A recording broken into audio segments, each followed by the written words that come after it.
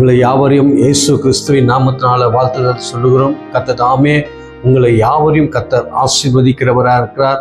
Jehovah Rafah ஏலிங் ministry மூலியமாக உங்களை சந்திப்பதும் ஜெபிப்பதும் கர்த்தர் கொடுத்த ஒரு பெரிய கிருபைக்காக, தயவுக்காக தேவனை ஸ்தோத்திரிக்கிறேன், தேவனை நான் மகிமைப்படுத்துகிறேன். இந்த வேளையில கூட நான் கர்த்தருடைய வார்த்தையை உங்கள் மத்தியில் கொண்டு வருகிறவனாக இருக்கிறேன். உண்மையாக இந்த நாள் தேவனுடைய வார்த்தை உங்களோடு கூட பேசக்கூடியதாக இருக்கிறது. அது உங்களை தேற்றக்கூடியதாக இருக்கிறது.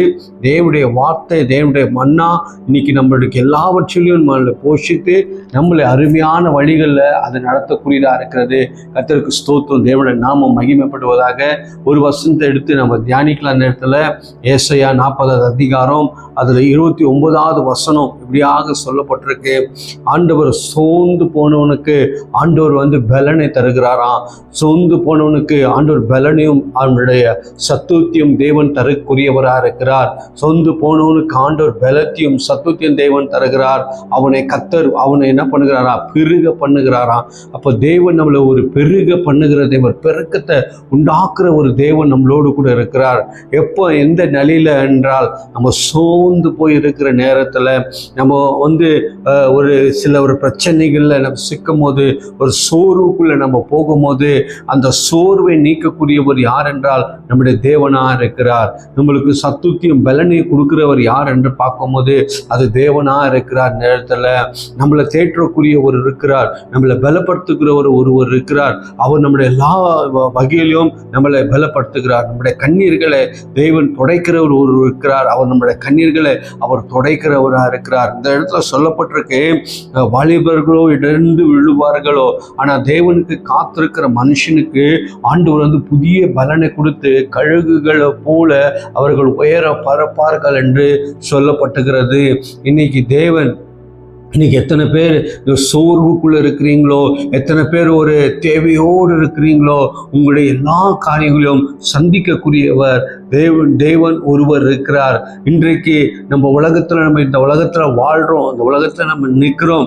அநேக தேவைகள் ஒரு மனுஷனுக்கு உண்டு, அநேக காரியங்கள் இன்னைக்கு ஒரு மனுஷனுக்கு தேவை வேணுமா இருக்கு. ஆனால் இன்னைக்கு பார்க்கும்போது அந்த எல்லாமே என்னாகிறது என்றால், இன்னைக்கு சில விஷயங்கள் நம்ம சோர்வுக்குள்ள இன்னைக்கு போகிறோம். சில நேரத்தில் நம்ம சொல்றோம், ஜெபிக்கிறோம், ஆண்டவருக்குள்ள வருகிறோம், சபைக்கு போகிறோம். ஆனால் நம்ம சொல்றோம், நம்மளுக்கு பலனே இல்லை, ரொம்ப சோர்ந்து போயிருக்கேன், என்னால் எழுந்துக்க முடியல, அப்படியாப்பட்ட ஒரு சூழ்நிலை தள்ளப்பட்டிருக்கேன் என்று நம்ம வாய்களில் நம்ம ஈஸியாக நம்ம சொல்கிறோம். ஆனால் நம்ம சொல்கிறோம், நம்மளுக்கு இவ்வளோ பலவீனம் இருக்குது, இவ்வளோ காரியம் இருக்குதுன்னு சொல்கிறோம். ஆனால் தேடக்கூடியவர்களை நம்ம தேடாமல், பெற்றுக்கொள்ள இடத்துல போய் பெற்றுக்கொள்ளாமல் நம்ம வாய்களே சொல்லி கொண்டிருந்தா அது ஆகாது. தேவன் நம்மளை பலப்படுத்துகிறவர். நம்மளை நம்ம சோர்ந்து போய் நிற்கிற நேரத்தில், நம்மளுக்கு ஒன்றுமே இல்லாத நேரத்தில் நிற்கும் போது அவர் நம்மளுக்கு உதவிகளை தேவன் செய்கிறவராக இருக்கிறார். இன்றைக்கு கூட அநேக தேவைகள் உங்களோட வாழ்க்கையில் இருக்கலாம், அநேக சவால்கள் உங்க வாழ்க்கையில் இருக்கலாம், ஆனால் இன்னைக்கு சோர்ந்து போயிருக்கலாம். ஆனால் தேவன் உங்களை தேற்றுகிறவர் ஒருவர் இருக்கிறார், உன்னை நடத்துகிறவர் ஒருவர் இருக்கிறார். உன்னை அழைச்ச தேவன் அவர் உண்மை உள்ளவராக இருக்கிறார். உன்னை சகலத்திலையும் அவர் நடத்துவார். நீ எதிலையும் சோர்ந்து போகாதபடிக்கு தேவனோடு கூட நம்ம காத்திருக்கும் போது தேவன் நம்மளுக்கு உதவி செய்கிறவராக இருக்கிறார். இன்னைக்கு வேதத்தில் நம்ம புதிய காலத்தில் பார்க்கும்போது லூக்கா 5வது அதிகாரத்தில் இந்த 1லேருந்து இந்த 5 வசனங்களை நம்ம தியானித்துட்டு வரும்போது இதில் ஒரு பெரிய அதிசயத்தை தேவன் செய்கிறார், ஒரு பெரிய அற்புதத்தை தேவன் செய்கிறவராக இருக்கிறார். அந்த இடத்துல பார்க்கும்போது இயேசு கிறிஸ்து அந்த இடத்துல பேதுரு அந்த இடத்துல இருக்கிறாரு. அந்த பேதுரு பார்க்கும்போது ராவெல்லாம் பிரயாசப்பட்டு சோர்ந்து போய் ராவெல்லாம் பிரயாசப்பட்டு ஒரு மீனும் அகப்பட முடியாம, ராவெல்லாம் பிரயாசப்பட்டு ஒரு மீனும் அகப்பட முடியாம அந்த ஒரு கவலையோடு ஒரு வேதனையோடு இருக்கிற அந்த நேரத்துல இயேசு கிறிஸ்து போய் கேட்கிறாரு, எனக்கு அந்த படகை கொஞ்சம் கொடுப்பான்னு. அந்த படகின் மேல இயேசு கிறிஸ்து நின்று தன்னை பிரசங்கிக்கிறவராக இருக்கிறார். அந்த பிரசங்கித்து முடித்து வரும்போது பேதுருக்கு ஆண்டவர் வார்த்தை சொல்றாரு. பேதுரு பார்க்கும்போது ராவெல்லாம் ஒரு பிரயாசப்பட்டு, ராவெல்லாம் அவருடைய அவருடைய வேலைகள், அவர் பண்ண வேலைகள், அந்த போய் அந்த சமுதிரத்தை செய்த வேலைகள் எல்லாமே அவருக்கு தோல்வி உண்டானதா இருக்குது. ஒரு மீனும் அகப்பட முடியல. ஒரு பக்கம் அடுத்த கட்டம் என்ன என்று அவரோட வாழ்க்கை ஒரு கேள்விக்குறியா இருக்கலாம். அவர் அந்த நேரத்துல பார்க்கும்போது கையில ஒன்றுமே இல்லாம இருக்கிறது, சோர்ந்து போய் இருக்கிறாரு. தேற்றக்குரியவர் யாருமே இல்லை. அவருக்கு யாரும் ஒரு ஆறுதல் சொல்ற ஒரு நேரத்துல கூட இல்லை. பேதுரு அப்படியாப்பட்ட ஒரு சூழ்நிலையில அவர் தள்ளப்பட்டு இருந்தார். அப்ப தள்ளப்பட்டிருக்கும் போது இயேசு கிறிஸ்து தன்னை வாழ்க்கை போய் அவர்கள்ட்ட படகு கேட்கிறார். அந்த படகின் பிரசங்கத்தை முடித்து மறுபடி இறங்கி வரார். இறங்கி பேதுரு பார்த்து சொல்றாரு, இப்ப போ, நீ ஆளுக்கு சமுதிரத்துல போய் வலைய போடு என்றார். சமுதிரத்துல போய் நீ வலைய போடு என்றார். அப்ப அந்த இடத்துல பார்க்கும்போது பேதுரு மறுவார்த்தை அங்க தேவன்கிட்ட வார்த்தை பேசல. அவர் சொல்றாரு, அவரோ சோர்ந்து போய் அந்த இடத்துல இருக்கிறாரு. அவருக்கோ அடுத்த கட்டம் சாப்பிட்றதுக்கு ஒரு வழி இல்லாம, அவருக்கோ அடுத்த கட்டம் பணம் இல்லாம, ஒரு தேவையோடு காத்திருக்கிற ஒரு மனுஷனை பார்த்து ஏசப்பா சொல்றாரு, நீ போ சமுதிரத்துல வலைய போடுன்னு. ஏன்னா பேதுருக்கு தெரியும் அவர் எப்படியாப்பட்ட ஒரு அனுபவசாலியா இருப்பாரு, மீன் பிடிக்கிறதுல எவ்வளவு அனுபவசாலியா இருப்பாரு. அவர் சிறு வயதுல இருந்தே அவர் மீன் பிடிக்கிற ஒரு மனுஷனா இருந்திருப்பாரு. அநேக விஷயங்களை சமுதிரத்துல அநேக காரியங்களை பார்த்திருக்கலாம். அன்னைக்கென்ற பாற்றல் அவருக்கு ஒரு மீனும் அகப்பட முடியாம அவருடைய சோர்வுக்குள்ள தள்ளப்பட்டார் என்று சொல்லப்பட்டிருக்கு. அப்போ அவர் சொல்றார், நான் தேவனுடைய வார்த்தையின்படியாக நான் என்ன பண்றேன், நான் போகிறேன். அப்ப அந்த இடத்துல கொஞ்ச தூரம் அவங்க போறாங்க, தன்னை படகை எடுத்துக்கொண்டு போறாங்க. அந்த படகை எடுத்துக்கொண்டு போகும்போது கொஞ்ச நேரத்துக்குள்ளே அவர்களுக்கு என்ன, ராசியாக மீன்கள் அகப்பட்டது என்று வசனம் நம்மளுக்கு சொல்லப்பட்டதா இருக்கிறது. ராசியாக மீன் கெடுக்கப்பட்டதா இருக்கிறது. அப்ப பாருங்க, அந்த இடத்துல 2 படகு நிரம்பி போறவளுக்கு மீன்கள் ராசியாக அவர்களுக்கு கிடைத்தது என்று சொல்லப்பட்டிருக்கு. அப்ப பாருங்க, அப்படி அந்த நேரத்துக்கு அந்த வேலைக்கு அந்த இடத்துல கொஞ்ச தூரத்துல பட்ட பிரயாசத்துக்கு தேவனுடைய வார்த்தை கேட்டு அவர்கள் போனது நிமித்தமாக அந்த படகு நிமித்தம் அவர்களுக்கு அழகான மீன்களை, பெரிய பெரிய மீன்களை கர்த்தர் கொடுத்து அவர்கள் பிரமித்தார்களாம். அவர்கள் ஆச்சரியப்பட்டார்களாம். அந்த இடத்துல அப்படியாப்பட்ட ராவெல்லாம் நாங்க பிரயாசப்பட்டோம், ஒரு மீனும் அகப்படல. ஆனா அந்த தேவனுடைய வார்த்தைக்கு எவ்வளவு ஒரு வல்லமை இருக்கிறது பாருங்க. ஒரு நொடி பொழுதுல அவருக்குள்ள இருந்த, பேதுருக்குள்ள இருந்த அந்த சோர்வுகள், பேதுருக்குள்ள இருந்த அந்த தேவைகள் எல்லாமே கொஞ்ச நேரத்துக்குள்ள தேவன் சந்தித்து அற்புதமாக கர்த்தர் செய்தார் என்று வேத வசனம் சொல்லப்படுகிறது. கிறிஸ்துக்குள் பிரியமானவர்களே, ஒருவேளை உங்களுடைய வாழ்க்கையில ஒரு கேள்விக்குறியோடு இருக்கலாம். அடுத்த கட்டம் ஒருவேளை ஸ்கூல் பீஸா இருக்கட்டும், இல்ல நீங்க கடன் பட்டு சில கடத்துல நீங்க தள்ளப்பட்டிருக்கலாம். அடுத்த கட்டம் நான் என்ன செய்ய வேண்டும், ஐயோ என்னால முடியலையே என்று ஒருவேளை கலக்கத்தோடு வேதனையோடு இருந்து கொண்டிருக்கலாம். தேவன் சொல்றார், உனக்கு பலனை தருகிறவர் உன்னோடு கூட இருக்கிறார்.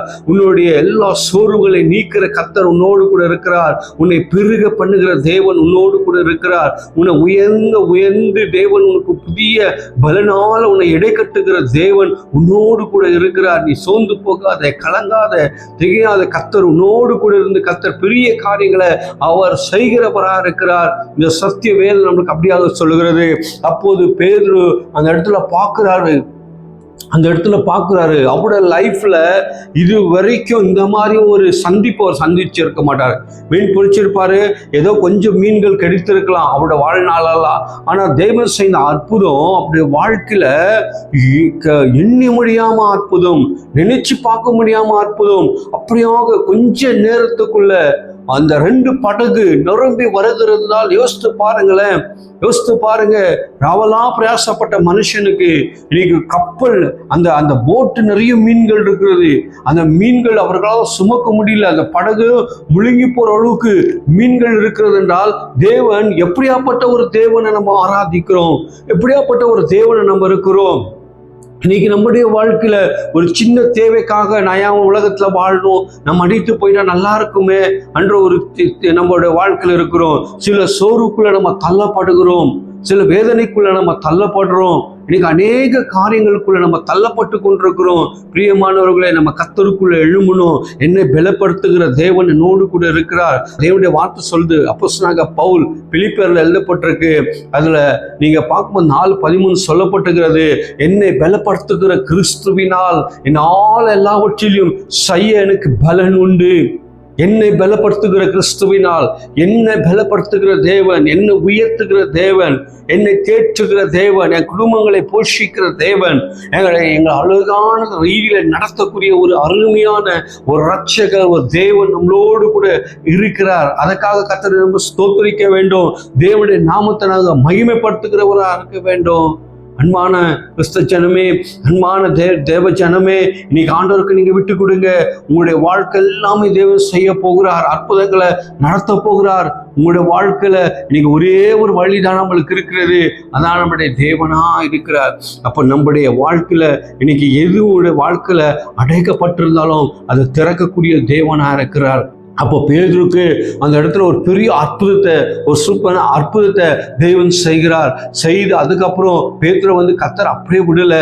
அப்போ அந்த இடத்துல உடனே இந்த அற்புதத்தெல்லாம் பார்த்து, இந்த அதிசயத்தெல்லாம் பார்த்து, இவர் எப்படியாப்பட்ட ஒரு தேவனா இருக்கிறாரு, இப்படியாப்பட்ட ஒரு வல்லமையான தேவனா இருக்கிறான்னு உடனே அவருடைய பாதத்துல விழுந்து சொல்றார், நான் பாவியாக மனுஷன், என்னை விட்டு நீங்க போங்கன்றார். அப்போ ஆண்டவர் அந்த மனுஷனை விட்டு அந்த அற்புதத்தோடு போகல, அந்த பேதுருவை தேவனோடு கூட சேர்த்து கொண்டார். தேவனோடு கூட பேதுருவை கர்த்தர் வைத்து அவனுக்கு அப்படியே விடல.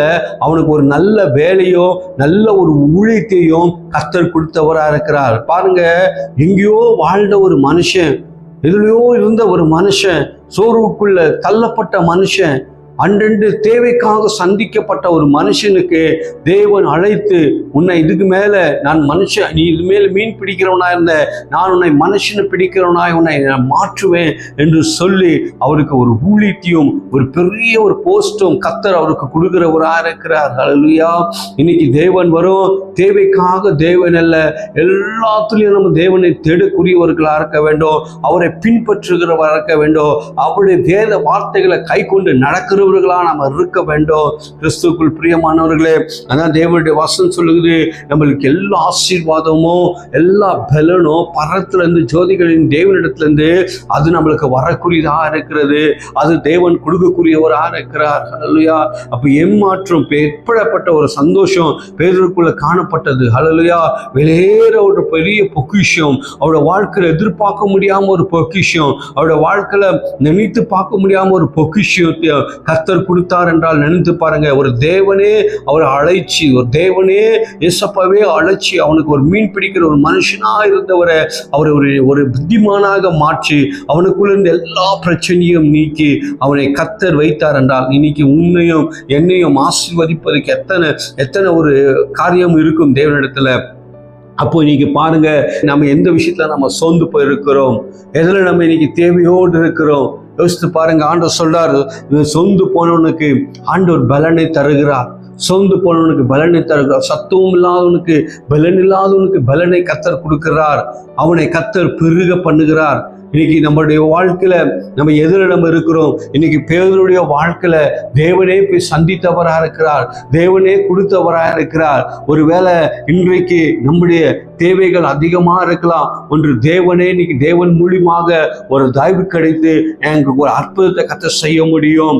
இல்ல தேவதூதர்களை அனுப்பி ஆண்டவர் ஒரு தயவை அனுப்பி ஆண்டவர் ஒரு அற்புதத்தை செய்ய முடியும். இல்ல ஒரு மனிதரை எழுப்பி மனிதர் மூலியமாக தயவுகளை அற்புதங்களை செய்கிறவரா இருக்கலாம் இந்த நேரத்துல. ஹல்லேலூயா.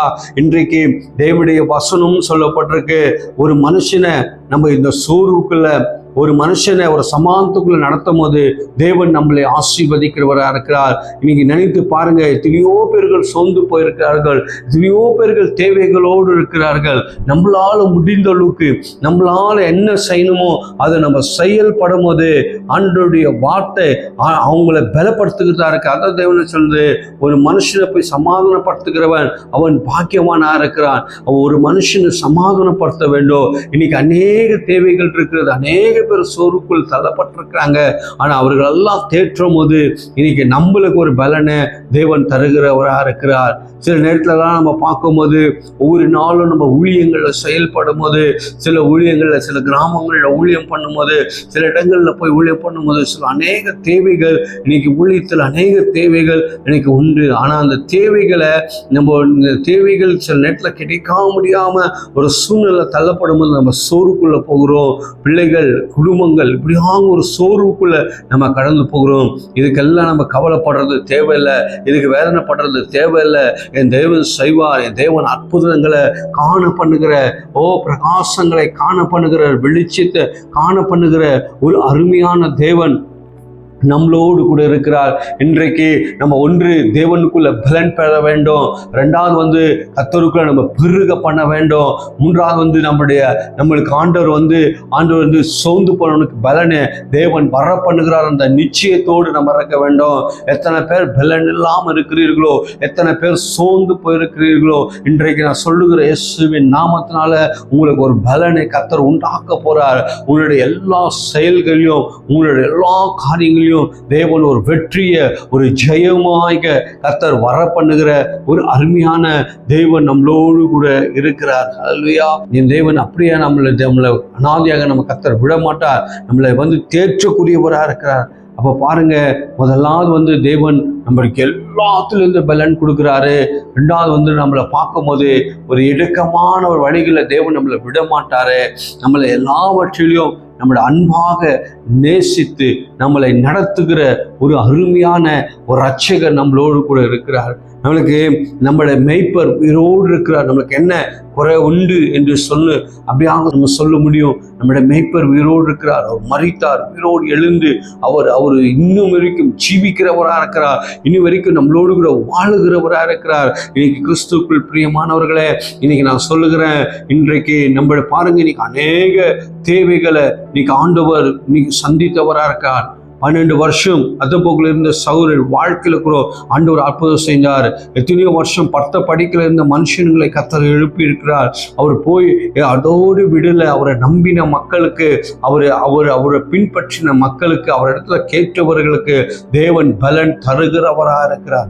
ஏதோ சித்தம் உண்டு இல்லை, எல்லாரையும் சுகமாக்க, எல்லாரையும் பலப்படுத்த, எல்லாரையும் தேற்றக்கூடிய ஒரு வல்லமையான தேவன் நம்மளோடு கூட இருக்கிறார். அல்லேலூயா. இன்னைக்கு எத்தனை பேர் அந்த சவால்களை நீங்க சந்தித்து கொண்டிருக்கலாம், எத்தனை பேர் கிறிஸ்துவுக்குள்ள நீங்க எத்தனை பேர் ஆண்டவரே ஒரு வேதனையோடு இருக்கலாம், அந்த செய்தியை நீங்க கேட்டுக்கொண்டிருக்கலாம். இன்னைக்கு நான் சொல்லுகிறேன், உன்னுடைய கண்ணீரெல்லாம் துடைக்கும்படியாக, உன்னுடைய பாடுகளெல்லாம் மாற்றும்படியாக உனக்கு தேவன் உன்னோடு கூட பக்கபலமாக இருந்து உன்னை கர்த்தர் எல்லாவற்றிலும் உன்னை நடத்துகிறவராக இருக்கிறார். ஒரு நாளும் தேவன்கிட்ட நமக்கு சத்துவம் இல்லை, என் பலன் இல்லை என்று நமக்கு சொல்லாதபடிக்கு தேவன் நம்மளை அனுதினமும் என்னை பலத்தில் வைத்திருக்கிறார். அனுதினமும் என்னை தேவன் நடத்துகிறார். அனுதினமும் தேவனோடு என்னோடு கூட இருக்கிறார் என்ற அந்த நிச்சயத்தோடு, அந்த ஒரு கணத்தோடு கூட நம்ம கடந்து போகும்போது கர்த்தருடைய கரம் நம்மளை தேற்றுக்குரியதாக இருக்கு, உங்களோட குடும்பங்களை தேற்றுக்குரியதாக இருக்கிறது. அதான் தேவனுடைய வசனம் சொல்லுகிறது, வாலிபர்களோ இடறி விழுவார்களாம், ஆனால் கர்த்தருக்கு காத்திருக்கிற மனுஷன் அவன் புதிய பலன் அடைகிறான். நம்ம புதிய பலன் அடைய வேண்டும். புதிய பலனை நம்ம அடைகிறவராக இருக்க வேண்டும்.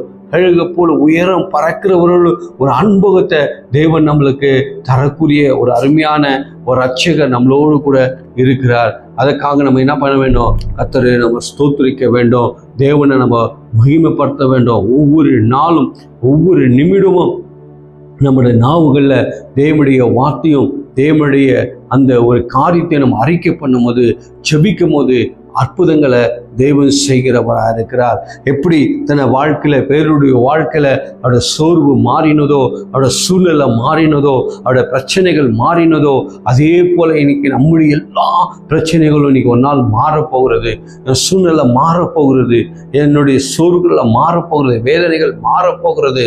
ஒரு பிரகாசமான இடங்களுக்குள்ள கர்த்தர் நம்மளை வைக்க போகிறார் என்ற ஒரு நிச்சயத்தோடு நம்ம இருக்கும்போது நம்முடைய ஊழியங்கள் ஆகட்டும், நம்முடைய குடும்பங்கள் ஆகட்டும், எல்லா ஸ்தானத்தையும் தேவன் நம்மளுக்கு என்ன பண்ணுறாரு?